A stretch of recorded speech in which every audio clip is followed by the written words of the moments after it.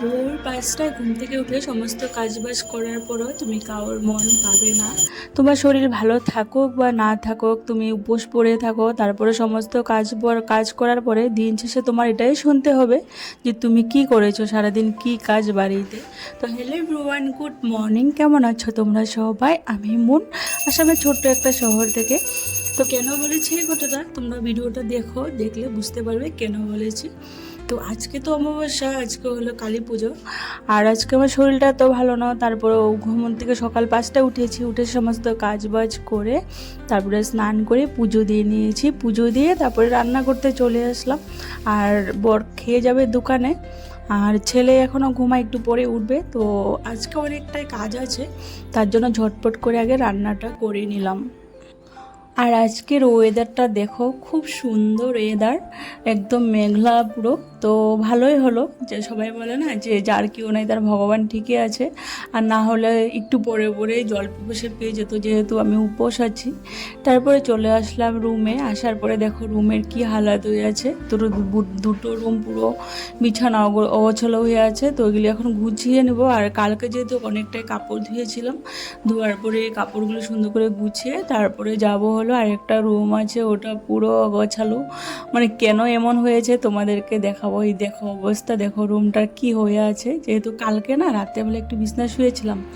আর এই যে পিঁপড়াগুলো দেখতে পাচ্ছ, যা অবস্থা, পিঁপড়া কামড় দিয়ে আমাকে পুরো শেষ করে দিয়েছে। তো সুন্দর করে রুমটাকে গুছিয়ে তারপরে চলে আসলাম ঘরটা ঝাড় দিতে।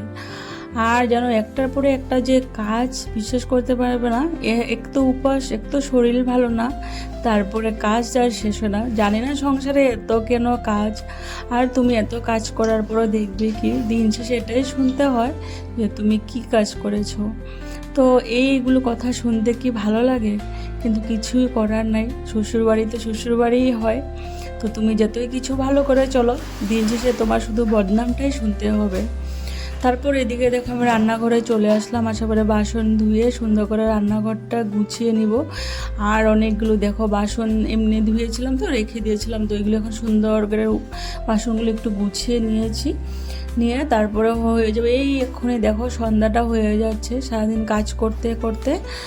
তারপরে সন্ধ্যায় একবারে স্নান করে আবার রেডি হয়ে তারপরে চলে আসলাম সন্ধ্যা পুজো দিতে। সন্ধ্যা পুজো দেওয়ার পরে এদিকে এখন রেডি হয়ে গেছি, যাব মন্দিরে। আর দেখো পুরো ঘেমে গেছি আমি। তারপরে দেখো মন্দিরে চলে আসলাম। আসার পরে দেখি কি ঠাকুরমশাই এদিকে সব রেডি করে নিয়েছে, একটু ফল আর ছিল বাকি কাটার। আর এদিকে খিচুড়ি বানানো চলছে। তো সবার ফার্স্ট আমি একটু শিব মন্দিরে প্রদীপ জ্বালিয়ে তারপর ঠাকুরমশাই আমাকে বলছিল একটু ফল কেটে দেওয়ার জন্য। তারপরে বসে বসে না ফলগুলি কেটে দিচ্ছিলাম। তারপরে ওদিকে দেখি ঠাকুরমশাই পুজো করতে বসে গেছে, কেন কি অনেকটাই টাইম হয়ে গেছে। তারপরে এদিকে দেখো পুজো শেষ হওয়ার পরে কিন্তু আমার কাজের শেষ নাই। আবার বাড়িতে গিয়ে কিন্তু আবার আমার রান্না করতে হবে।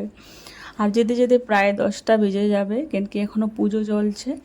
পুজো হওয়ার পরে যজ্ঞ হবে, যজ্ঞ হওয়ার পরে অঞ্জলি নিব, অঞ্জলি নেওয়ার প্রসাদ খেয়ে তারপরে আবার বাড়ি যাব। তো আমার এই মিনি ব্লগটা তোমাদের কেমন লাগলো জানাবে। তো চলো।